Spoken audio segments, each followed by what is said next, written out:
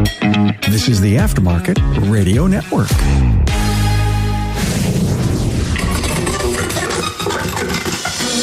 Hey, good afternoon, everyone. Carm Capriato, Remarkable Results Radio, Town Hall Academy. Let me see, week 304. And welcome back to another great episode, the Single Subject Podcast. And we always tear a great subject apart. And someone asked me the other day, they says, how do you keep coming up with these topics? And I says, all I have to do is talk to my friends Matt and Hunt, and they just inspire me, and it just happens. So good to have him here. Matt Fanslow, lead diagnostician at Riverside Automotive in Red Wing, Minnesota, and from the Aftermarket Radio Network, the Matt Fanslow Diagnosing the Aftermarket A to Z podcast. Hey, Matt. Hello, sir. And Hunt Demarest is here, CPA par Mellis, specializing in automotive shops. And of course, from the Hunt Demarest Business by the Numbers podcast on the Aftermarket Radio Network. Hey, Hunt. Hey, Carm. Thank you for taking time away from your family, both of your families, to be here. They were oddly happy to part with me. We're recording this at night. It's amazing what we do as podcasters. You got a young family. You got a heck of a business going. I don't know how you guys find the time, but thank you, because you guys contribute some incredible stuff to the industry. Want to stop for a moment and give high five to our great sponsors. Okay, you quoted a job last month, and the customer just said yes. But the price for parts went up a notch. When you use Shopware's native parts catalog, you simply update pricing with one click. Talk to my friends at GetShopware.com. And with over 2,300 SKUs and 95% sales coverage on fuel pumps, Delphi has everything you need to replace your customer's fuel pump, from OEM quality pumps, modules, GDI pumps, and fuel tank cleaning supplies, and their brand new tool to instructional videos. Get started at DelphiAftermarket.com. So it was, God, man, I don't remember. It may have been a month ago. You picked up the phone and said, something weird just happened. And he chatted with me about it. And I says, there's only one person to talk to. Only one person. And I gave him some advice, but I said, look, I think we got to bring Hunt into this discussion. And that's why we're calling this Seller Beware. That's the name of our podcast title today.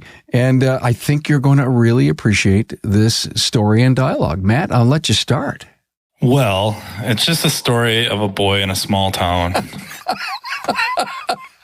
So over the last, I would say, year, my employer and I have been discussing the idea of me kind of buying in and then buying him out.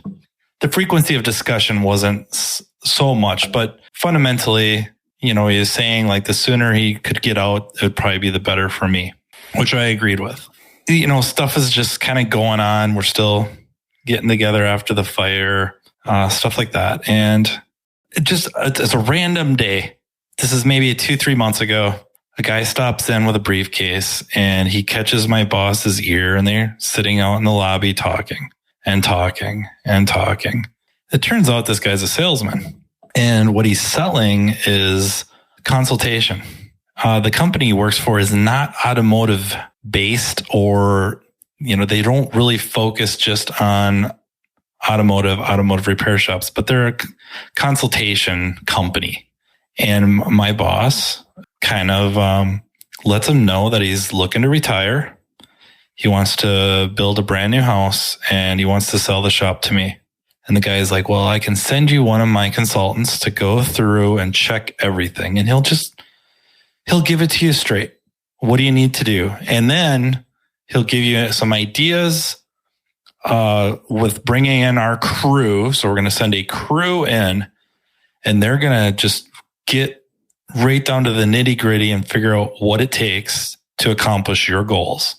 And it's not it's not automotive related. And so my boss is like, yeah, okay, send your guy. And it seems like he's genuine with what he wants to do. And the consultant shows up a few weeks later. Younger guy, I would say, I don't know, mid-late 20s. Yeah, he's got a Yale degree. He's friendly. He starts digging through papers and asking for receipts, access to this, access to that. Really, honestly, he starts kind of bagging on our accountant. Not face to face, but to my boss. Like, your accountant's really letting you down. Your accountant's letting you down. And to be completely honest and open, Hunt is not our accountant. So that's been the twist of this episode. He's not here to defend himself. Hunt, have you ever heard of this going on? We're door to door trying to hook someone? Yep. Not super common, but it is not unheard of by any means. I'm kind of wondering what's going on a little bit. And I get pulled into a meeting with my boss and this consultant. I got to level with you. My BS meter was pegged with the consultant, but I had good feelings that what my boss is telling me is true. That like he legitimately wants to get out as soon as possible for my benefit. And he legitimately wants to sell me the business or, however, transfer it and give me the best chance to succeed. And the consultant's telling me like, your boss is willing to do a lot to make this happen. He really just wants to be okay in retirement and he wants to be able to build this house. That's like the two big goals. And of course, sell the business and give you, not really just bury you in overhead. Like he really cares that you can make this thing fly and he wants to do whatever he can to make that happen. So that was like really nice to find out. He can tell me what he wants all day and I'm not trying to like make him out to be a liar or sinister in any fashion. Just it's one thing to hear it from somebody. It's another thing when they're telling others, right? It just really hammers home that believability or whatever. So that whatever, they're figuring out what needs to happen. It turns out he needs way more money to retire. I don't want to make it sound like his fault. Like, you're a mess up. You don't have enough money to retire. I think there's a lot of things going on contributing to that. And at his age, he's going to need a lot of money to retire. That's just the reality. But then comes the part where I think things go really shady. Of course, he's attacking the accountant and what they're doing and what they're not doing and all this information that they should be providing my boss and have these numbers readily available. Shouldn't be calling them and it's like, okay, give me a couple hours. I'll email them to you. They should know it. They should be able to look it up. Boom. I really hate this accountant. That's the first thing we're going to do. You're going to fire that accountant. Again, not me. This sounds like a networking thing here. I go, yeah. Are you talking like Hunt? And he's like, who? He was playing it coy. He knew exactly who you were talking about. Yeah. He had us write down our 5 goals, just 5 goals. It was pretty cool to me that of the 5 goals, 3 of ours line up. So that was pretty cool. And concerning taking over the business, selling the business, stuff like that. Now came this follow-up meeting and he's like, have you guys started talking about numbers? And I don't know if it's important to throw out the actual number here, but we'll just say we agreed kind of on a ballpark number that we both felt was fair for the land, the building, everything under the roof, the name, just everything. Here it is, all of it. He's like, are you kidding? That this place is worth way more than that. If you'll take that much for it, I'm going to go out to my car. I'll write you a check for that right now. I don't know how important it is, but we're talking like 7 figures. So I will go write a check out for this place right now. It's worth so much more than that. My boss is kind of like, well, yeah, but I think this is fair and whatever. And he's like, well, tell me this then. When the IRS finds out that you've sold this business to him, which is worth 3 times what you're going to sell it to him for, they're going to basically say you gifted him this amount of money and they're going to want their tax money on that. He's not going to be on the hook for it. You are. I think my boss's heart stopped. His heart stopped. You could just see the panic set in. And again, I'm not taking a dig at him. I don't want this to be misconstrued in any fashion that he's should have known better. This is legitimate. You don't know what you don't know. And his heart stopped. The panic set in. He turned ghost white. Like, this is a legitimate problem. When I heard that gift thing, that's when I evoked your name to Matt. I said, because I know enough about deals and stuff like the gifting thing to say that something was wrong. And I'm not trying to prop myself up either. I'm not trying to put myself over in any way.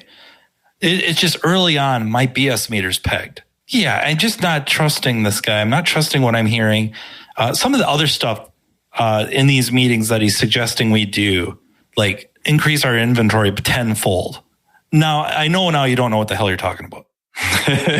Right? It's just like, sorry, your background, I learned from Hunt what their background is later on. But I talked to you about it. Just kind of like what we're talking about I'm feeling kind of good that my boss is willing to go to these lengths to set me up to succeed.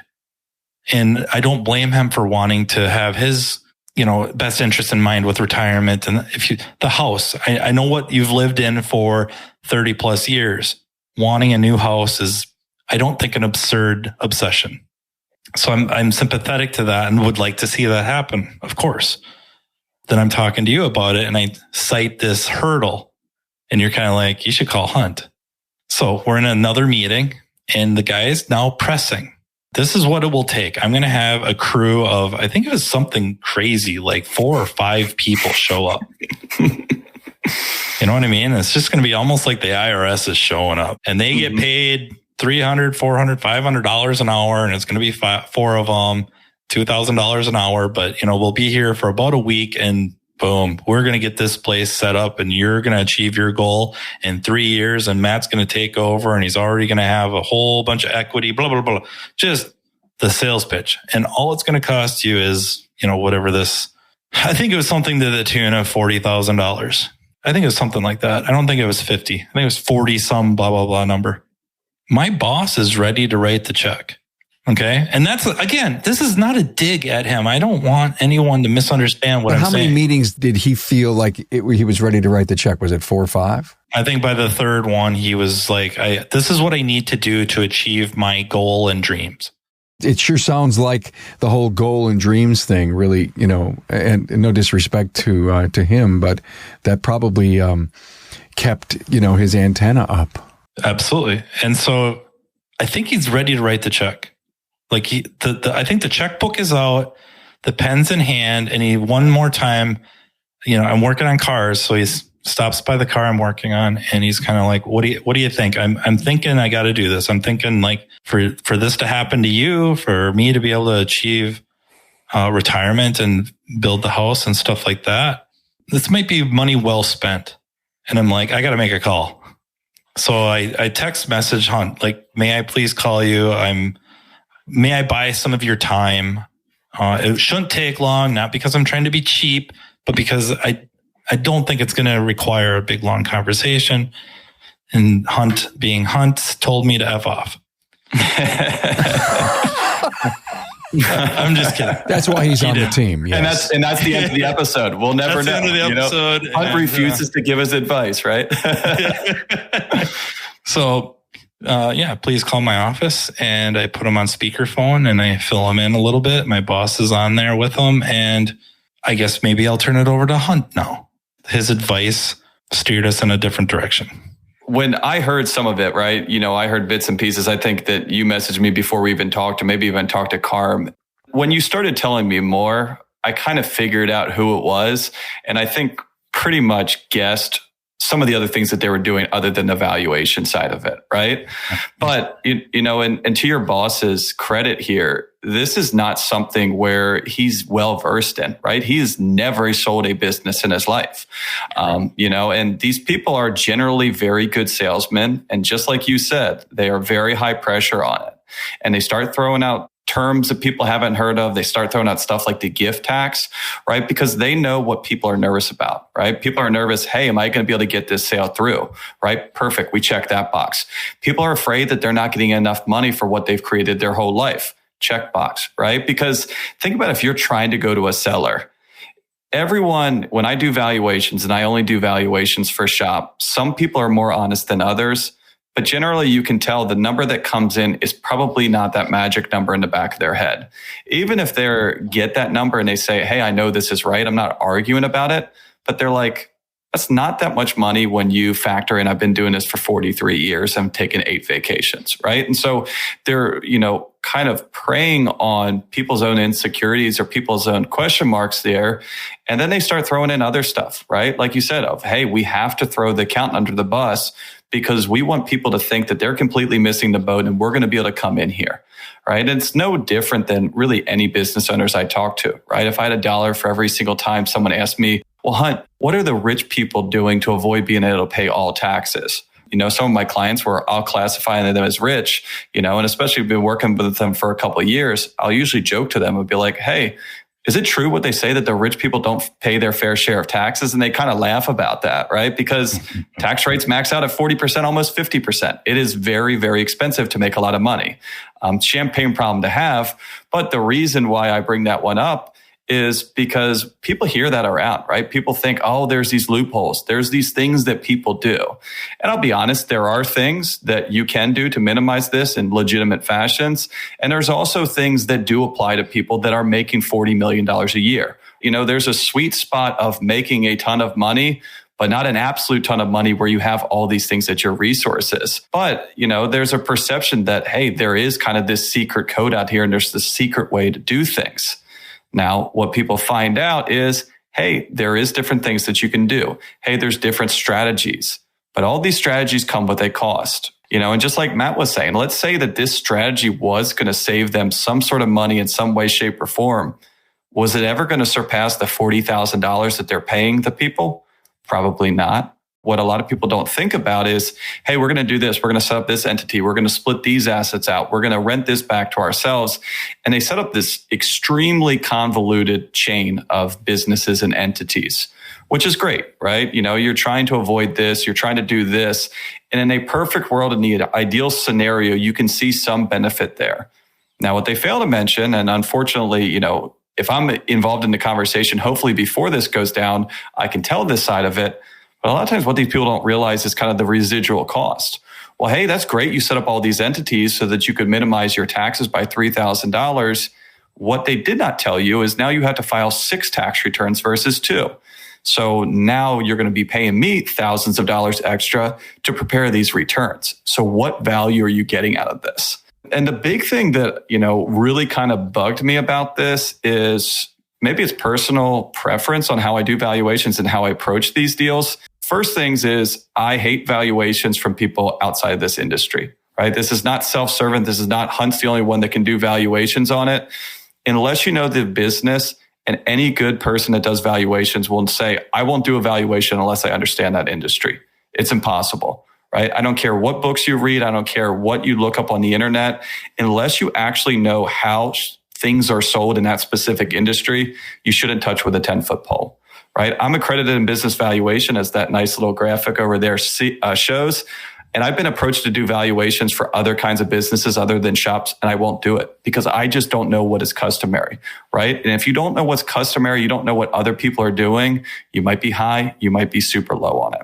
And another thing is when I get involved in valuations, especially where a succession plan like this, and it is extremely common in my line of work and this industry to be selling to a key member, to a family member, to a longtime employee, whatever it might be. And if I get approached and someone says, hey, we have a price, we've both agreed to it. The first question I always ask them is, hey, do you want an opinion on that price? Are you guys both good to go with it?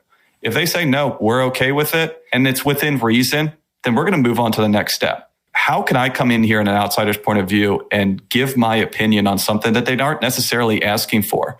If Matt has agreed to a price with his boss for $1 million, and I come in and say, well, I think it's worth $1.2 million, we're not really speaking any sort of different languages here. Valuation is not an exact science by any means. And really, a lot of times what you're doing is you're driving a wrench between people. Now, there are situations where I do have to get involved, right? Where I have to say, you know what? You guys can still do what you want to do here, but this is extremely high. Generally, if it's lower, I might not say anything, or I just say, hey, you know what? That seems like a pretty good deal for Matt. And if they say, yeah, it does, but he's, given me lots of great years of service and I appreciate everything that he's done, perfect. It makes sense, right? We're not giving this thing away. At the end of the day, we want something that's a win-win for both parties. Where that goes from there is really like, hey, you know what? If you guys want to negotiate, if you guys want to bring it down, great. But at that point, my job is to set up something that works for both people, right? Hey, you guys have agreed upon this. How do we make this where it's a win-win for both parties, right? Not super lopsided where it just, rewards the seller and then the buyer is getting screwed on this, and not vice versa, right? I always like to work with both parties on this to say, all right, we can set up a situation, and most people want a situation where both of you can succeed. And it's unfortunate because we do see this, and I see this from outsiders, whether it's a consulting firm, whether you're talking to friends, whether you're talking to fellow shop owners on it. I see a lot of people getting some really, really bad advice in these situations, and sometimes completely blowing up deals, right? I've seen people in Matt's situation, and I'm not jinxing you at all, Matt, here, right?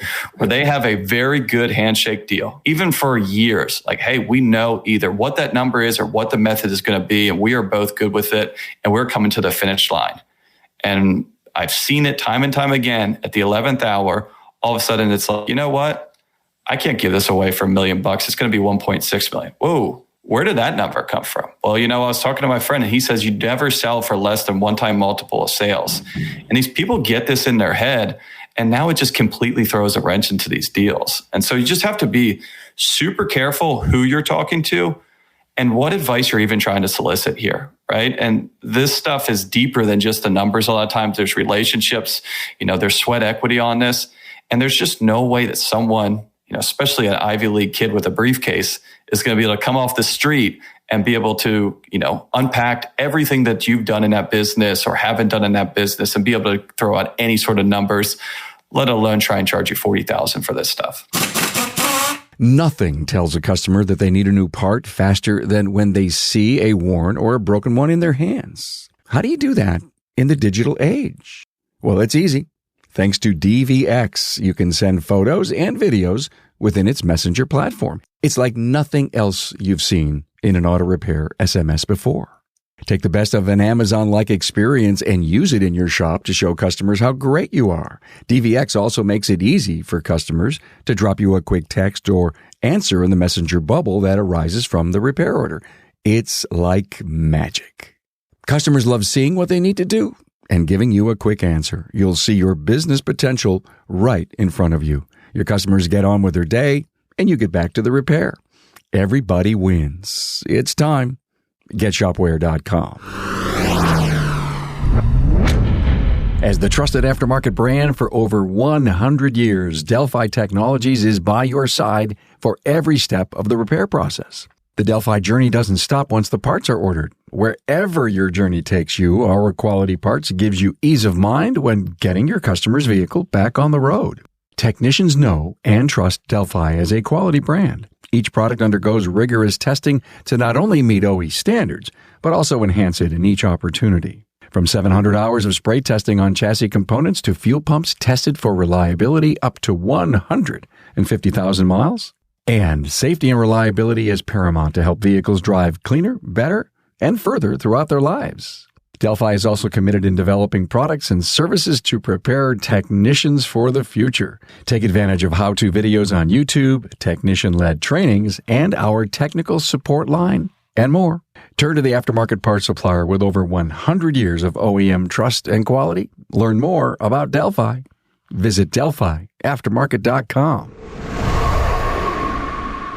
So by the time this episode hits the airwaves, Hunt will have had an episode out called Bank Loans 101.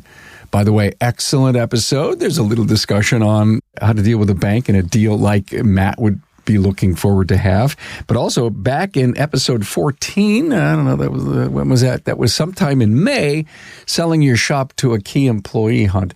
You've covered so much of this kind of talk on your podcast, and we sure do appreciate it. Matt, so, obviously called a friend, you got on with your boss, and then Hunt kind of filled us in. Where do we stand right now? Where are we? I think he stepped up how much his accountant is doing. But so I'm meaning he's paying them more. So I think for quite a while, he's kind of more on the skeletal side of things. So he's stepped up that. And then there's a few other things left at the fire that I think we got to address first before we can really start moving along. I think the next big thing for me is to sit down, try to buy more of a Hunt's time, really set up.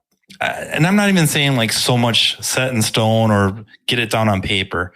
I think he may need some education on how many different ways there are to make this happen that could really benefit both of us. Like it's rare you can say that two people can have their cake and eat it too, but we could maybe get really close to that and give him the comfort he wants for retirement while not saddling me under an absurd amount of overhead. Hunt, there is no doubt in your episode, Bank Loans 101, at the end of it, as you were talking about this exact situation, it sounded like you were talking about Matt. All the things that I talk about in the episodes, just like you said before, where do you get these ideas? This is what people are asking. There is so many people in Matt's shoes right now, right? I'm probably have 2 or 3 deals I'm already working on in a very similar situation of this, and that's what we're always trying to do, is try to say, all right, first and foremost, we got to kind of get your, not to steal these guys' ideas. What are your goals? And really specifically on that, all I care about is, hey, what is your timeline here? What is your timeline? Do you want to get paid for this? Over what length of time on it? Do you want to hold the note? Do you not want to hold the note? And essentially go down and give them a little bit of interview and say, all right, if I know kind of your timeline on here, I know ultimately what you guys want to get out of this. Obviously, if you don't have a price, we can come up with a price on it. Now that we have a timeline, now we have a price on this.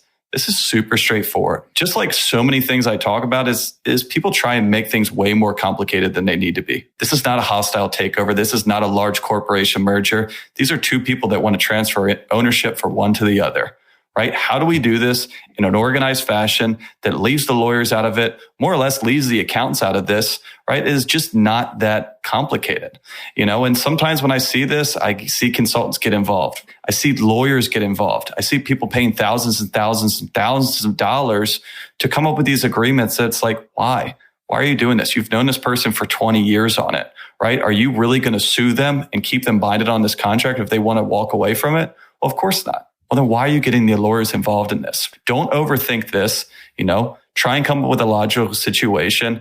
And then the biggest thing is to make sure that you are all on the same page. And that's really the biggest thing that I see a lot from my side of it, right? And that's why I love talking to Matt, because he's coming from the opposite side of the table, right? He's the one buying my client's business. And a lot of times I'm only talking to my client. But the first thing I always tell to him is, hey, you have a lot of these ideas, right? If I'm talking to Matt's boss, you have a lot of these ideas and you have probably a pretty good timeline in your head. Have you ever shared that with Matt? Well, kind of, we've mentioned it. I say, no, you guys have to be on the same page here. Well, I kind of know I want to be out by this date. All right, Matt should know that as well too. A lot of times people, when they're selling a business, think, well, this is just a really big decision for me, which is really not fair to the other side of it. When Matt ultimately buys this or takes this over, this is going to be the most money he's ever spent in his life. It might be one of his largest purchases he's ever made. Do you think that he wants to get that a month before it's supposed to all go down? No, right? He's got to get his finances in order. He's got to get his life in order. He's got to kind of get his, everything prepared to take this over. And it's not fair to just settle that on someone in the last minute. Matt, are you ready to do it tomorrow? Oh, spiritually, yeah. Spiritual. By the way, we have to give a shout out to Matt. Now, people that are listening and don't have the video, you're really doing yourself a disservice. I think this is the first time, we'll call this podcast, first time in podcast history where we have a rocking chair where that mic does not get any farther away from you. So look at that. Look at that. I am jealous. I am so jealous. That microphone is hooked to the rocking chair. and Matt, had I known you've been doing all your podcasts from the easy chair, I would have adopted that a long time ago. I just figured everyone would assume it's Matt. He's arguably the laziest person they know. That it couldn't be any other way, short of it just lays on the floor. So he upgraded his accounting, or at least he stopped paying for bookkeeping services and probably is now paying for accounting services, right? Is the timeline have been discussed? What are he talking about? I think the timeline had to be moved later. Legitimately, he's going to have to pocket some more money. But again, it's one of those things where after we get some of the things with the fire settled and handled, insurance stuff, I would really like to get Hunt involved. And it's not just putting over Hunt, but we have trust. Clearly he knows what he's talking about. He's demonstrated his knowledge to my boss. It's somebody we can both agree on. And he has experience in the profession itself. It just seems like a no-brainer.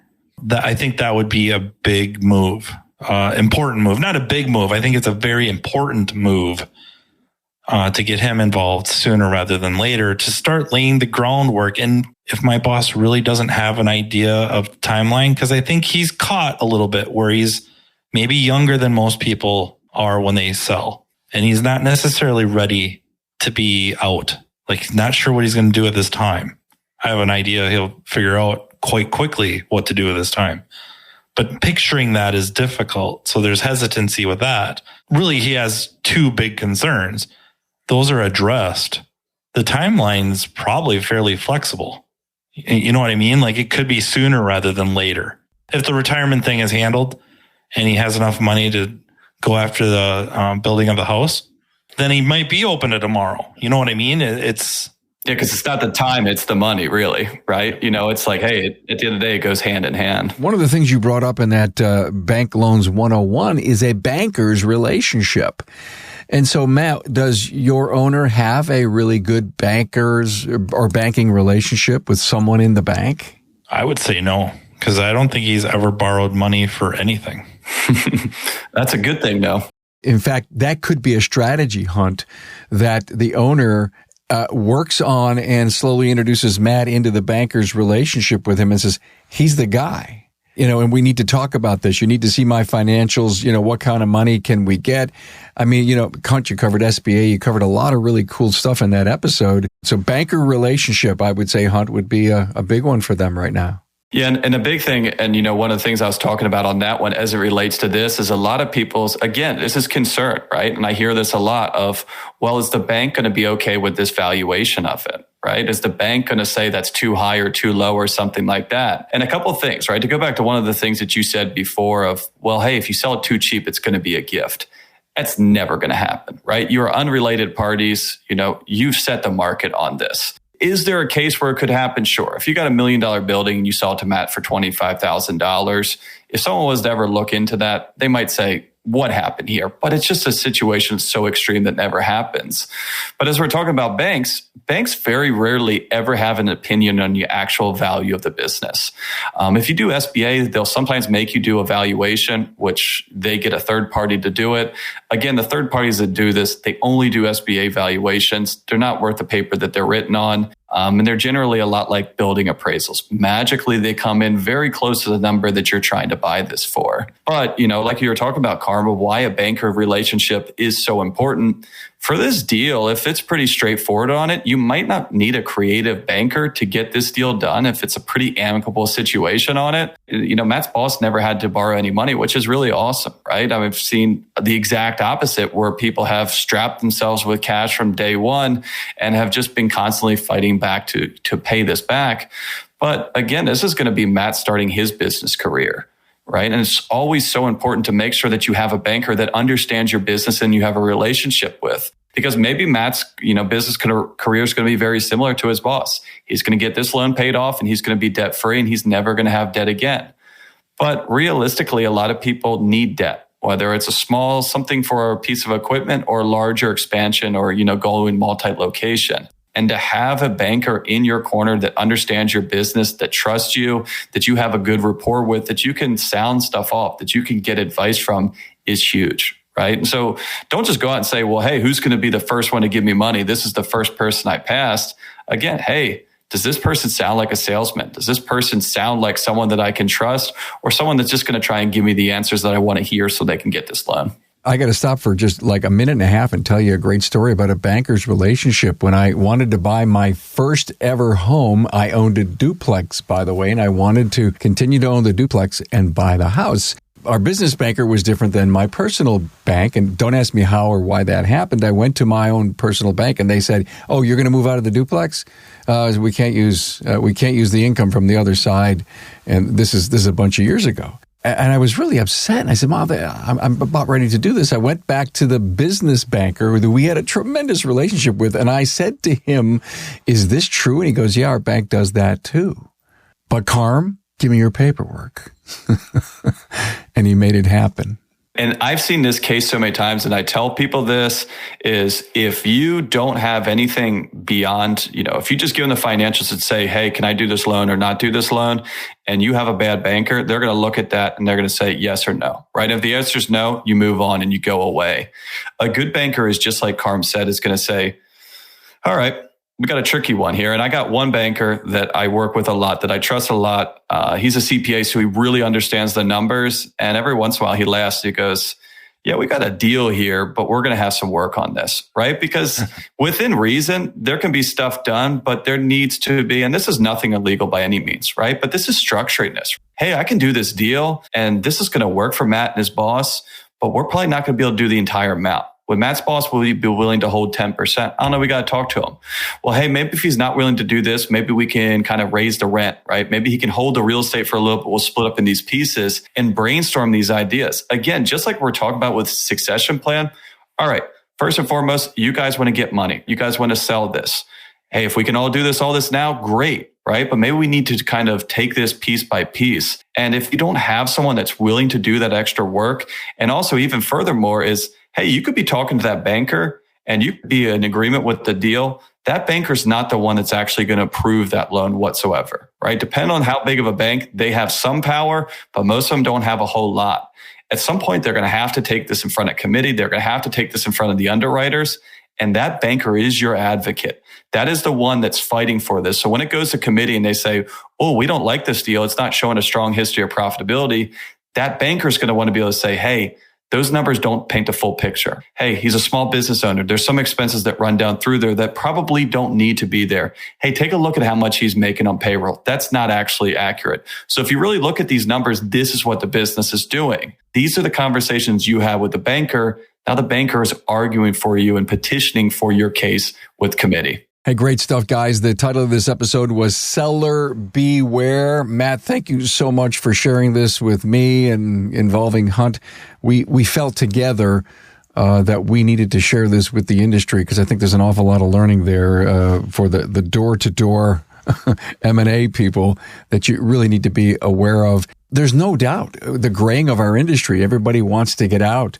There's so much succession plans, so many, number twos that are worthy of buying the business, and there are deals to be made. Hunt, I know you've done so many great episodes on it. Let's just figure, is there anything we didn't say that was in our talking points? Hunt, I'll start with you, and Matt, you can back clean up. Anything, Hunt? Anything else?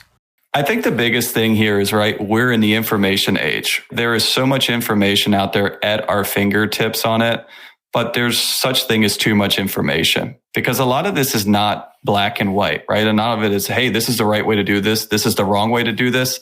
A lot of this is opinion, right? And so if you have someone's opinion, you have to then weight their merits of these opinions. Hey, is this coming from a place of knowledge or is this coming from a place of hubris where they're really overstepping this? And that would say is the biggest thing is if you're a buyer or if you're a seller of the business. I guess we're going to do seller because this is only seller where beware, right? Be mindful of the opinions that you're getting. And be mindful of who you're sharing this stuff with, because a lot of times you get too much information. And just like this, it starts to really change the course of everything and not in a good way at all. It starts to sound too good. And then Matt's BS meter came up, and pretty smart, Matt. I'll give you the last word. Matt, thank you so much for sharing this because you do share more than anyone that I know in the industry, and all those great episodes that you've had, personal triumphs and stuff, challenges and triumphs. This was just a brilliant topic. Thank you for bringing it. Well, yeah, thanks for listening the first time and imparting advice and reminding me to had the ability to reach out to people like Hunt and Hunt specifically. And then thanks to Hunt for taking the call and talking to us a little bit and pointing us in a very good direction. I have a couple of thoughts. One is just kind of the predatory nature of these companies to kind of be aware of. They're using your desire against you. So you have to kind of reverse your way of thinking a little bit. If there's something you really, really want, somebody wants a new car really bad, gotta have this new car, this new, whatever it is. It's probably going to be limited edition. I can't really afford it, but I really want it. So I'm going to figure out how to get it. Well, they're using that against you a little bit. they're coming in and they're capitalizing a little bit on some fears and capitalizing on where you may not have some knowledge or certainly not comfortable with your level of knowledge. And they're using that against you. I'm glad Hunt brought it back up. Like it was a severe fear tactic used in the difference in valuations. This is the number we agreed on, but this is what I think it's worth. This valuation can come out much, much higher. You could be on the hook. You could be on the hook for paying a gift tax on $1 million. Do you have that kind of money? The first thing I said to Matt when he told me that, I didn't know you guys were related. And Matt says, no, I'm not. And I go, well, that's just some crap. This is the best. This is so good. So Hunt is on the speakerphone. We're telling him this. So my boss is like thinking he's laying this trap for Hunt. Like, well, oh yeah? Well, who's going to be on the hook for the gift tax when it comes for the IRS sees that I sold it to them for, a third of what it's worth? And Hunt's like, did they really say that? just seriously, he was like, did they really say that? And it just deflated everything. It was so good. It was so good. My takeaway from this, an accountant relationship, we talk about bankers' relationship, Hunt, but it's almost like if the accountant's relationship is what it is, when the person walked in and started to, shape their thinking, they probably would have said to them, we're already on this. Yeah, but the thing about it is a lot of these people, right? And this is a specific succession planning, but we've had other people that have similar consultants. And Matt says they're preying on your fears, they're preying on your weaknesses. And they know that their biggest opponent in some of these ideas is going to be your accountant, right? Because a lot of people then go back and say, well, I'm going to ask my accountant that. This is sales 101, right? Figure out what their needs are, figure out what their desires are, and then give them something that's going to meet it. And they're going to say yes to it. But they already know that they're going to have pushback when they go to the accountants. So what better way to already torpedo that than to say how bad they are? Well, of course, they're not going to like this because they're not good enough or they're not smart enough to understand what we're doing here. So when they tell you that this is all BS, put no stock into that because they don't know what we're talking about. We're much smarter than they are. Seen it all the time. Because I've even had clients where I've said, oh, I don't really like that idea. And they said, they told us that you were going to say that. I was like, of course they did. Well, I'll tell you, Matt, a great lesson here. Of course, Hunt and I wish you all kinds of success. Tell us next Monday that you closed the deal. Pre-Christmas gift.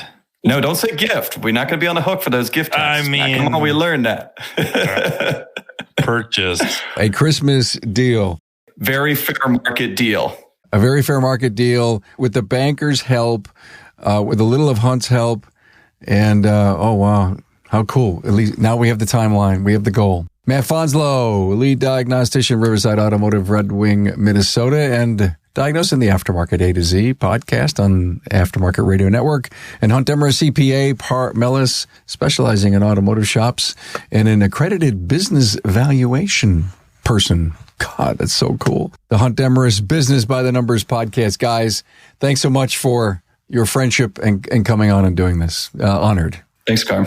Oh, yeah. Thanks for having me. Thanks for being on board to listen and learn from the premier automotive aftermarket podcast. Until next time.